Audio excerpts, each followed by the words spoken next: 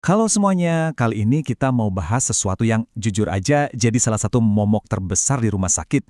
Wabah MDRO atau bakteri super. Ini benar-benar kayak balapan sama waktu loh. Butuh gerak cepat, tepat, dan yang pasti kerja sama tim yang solid banget. Coba deh bayangin situasinya. Tiba-tiba ada telepon dari lab. Ditemukan beberapa kasus dengan kuman resisten yang sama. Boom! Tiba-tiba rumah sakit Anda jadi pusat krisis. Waktu terus jalan. Nah, pertanyaannya, apa langkah pertama yang harus Anda ambil?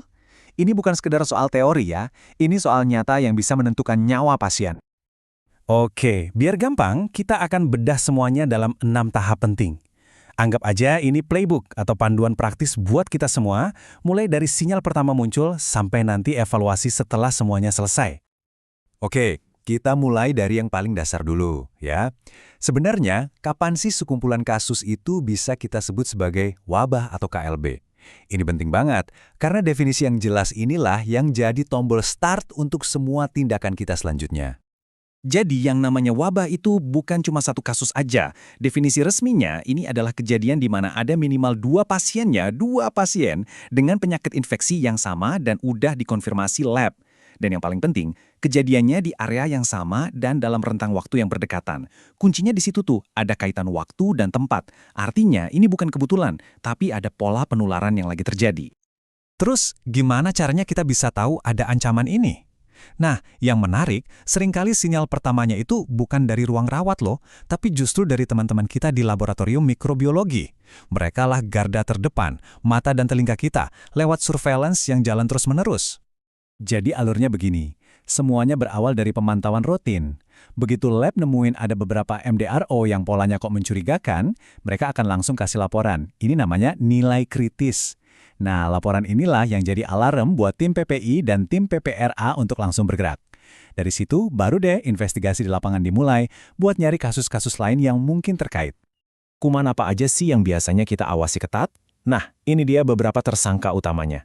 Ada MRSA yang sering banget ditemukan di luka atau aliran darah. Terus ada bakteri penghasil ESBL, biasanya di saluran kemih. Sampai yang paling seram nih, Chiari dan Chiarb, yang sering banget jadi ancaman buat pasien-pasien di ICU, terutama yang pakai ventilator. Kelihatan ya, masing-masing punya tempat favoritnya sendiri di tubuh kita. Oke, sinyal udah ada, alarm udah bunyi. Langkah selanjutnya, investigasi. Harus gerak cepat. Disinilah tim PPI dan PPRA benar-benar berubah jadi detektif. Misinya cuma satu, cari sumbernya dan putus rantai penularannya secepat mungkin. Coba deh kita lihat contohnya. Ini bisa kejadian cepat banget loh. Hari pertama ada satu pasien, belum sampai 10 hari udah ada 3 kasus yang saling berhubungan. Ini udah jelas bukan lagi kasus yang berdiri sendiri-sendiri, tapi bukti kuat kalau ada penularan aktif di dalam rumah sakit. Makanya, dalam situasi kayak gini, setiap jam itu berharga banget. Nah, buat memecahkan misteri ini, tim investigasi biasanya pakai 5 pertanyaan sakti. Siapa aja yang kena? Di mana kira-kira penularannya terjadi? Kapan aja kasusnya muncul? Ini semua buat bikin semacam peta wabah. Tapi yang paling penting adalah pertanyaan apa? Benang merahnya. Apa ada alat yang sama yang dipakai? Prosedur yang sama? Atau jangan-jangan petugas yang sama? Kalau jawaban ini ketemu, baru kita bisa jawab pertanyaan terakhir, bagaimana cara kita menyetop ini semua? Tapi, semua kerja detektif ini bakal sia-sia kalau datanya nggak akurat. Dan semuanya bergantung pada satu hal. Kualitas spesimen yang dikirim ke lab. Penting banget, seperti yang ditekankan di sini, pengambilan spesimen itu harus benar, dan idealnya diambil sebelum pasien dapat antibiotik. Kenapa? Karena ini fondasinya. Tanpa data lab yang akurat, kita kayak kerja sambil merem, benar-benar buta arah. Oke, investigasi jalan terus, tapi kita nggak bisa nunggu hasilnya. Sambil jalan, kita harus langsung melakukan pengendalian. Anggap aja kita lagi membangun dinding api buat mencegah apinya menjalar lebih luas. Ini bukan saatnya buat nunggu dan lihat, tapi saatnya buat bertindak. Now. Di sini nih, level kewaspadaan kita harus naik. Kalau sehari-hari kita pakai kewaspadaan standar buat semua pasien kan? Nah, pas ada wabah kita harus tambah satu lapis lagi. Kewaspadaan berbasis transmisi. Ini tindakan yang lebih spesifik, yang disesuaikan sama cara nularnya si kuman. Apakah lewat kontak langsung, lewat droplet, atau lewat udara? Benteng pertahanan pertama, yang paling utama, adalah isolasi pasien. Simpelnya, pasien yang terinfeksi kita tempatkan di ruangan sendiri. Tujuannya jelas, untuk memisahkan sumber infeksi dari pasien-pasien lain. Ini langkah paling dasar tapi paling efektif. Tapi, gimana kalau kamar isolasi penuh? Nah, ada strategi kedua, namanya cohorting. Jadi, semua pasien yang kena kuman yang sama, kita kumpulin di satu area. Dan kalau bisa, dirawat sama tim perawat yang didedikasikan khusus. Ini ibaratnya kita bikin zona karantina mini di dalam bangsal, supaya wabahnya nggak kemana-mana. Satu lagi yang sering kelupaan, lingkungan sekitar pasien. Ini juga bisa jadi sumber penularan loh. Permukaan-permukaan yang sering disentuh, kayak pagar tempat tidur, gagang pintu, tiang infus, itu semua bisa jadi rumah buat kuman. Makanya, pembersihan lingkungan yang lebih sering dan lebih teliti itu hukumnya wajib. Semua tindakan tadi, isolasi, cohorting, pembersihan, nggak akan ada artinya kalau dikerjain sendiri-sendiri. Kunci suksesnya penanganan wabah itu cuma satu, koordinasi. Harus ada kerjasama tim yang solid dari semua pihak terkait. Dan ini dia nih, tim impian pengendali wabah.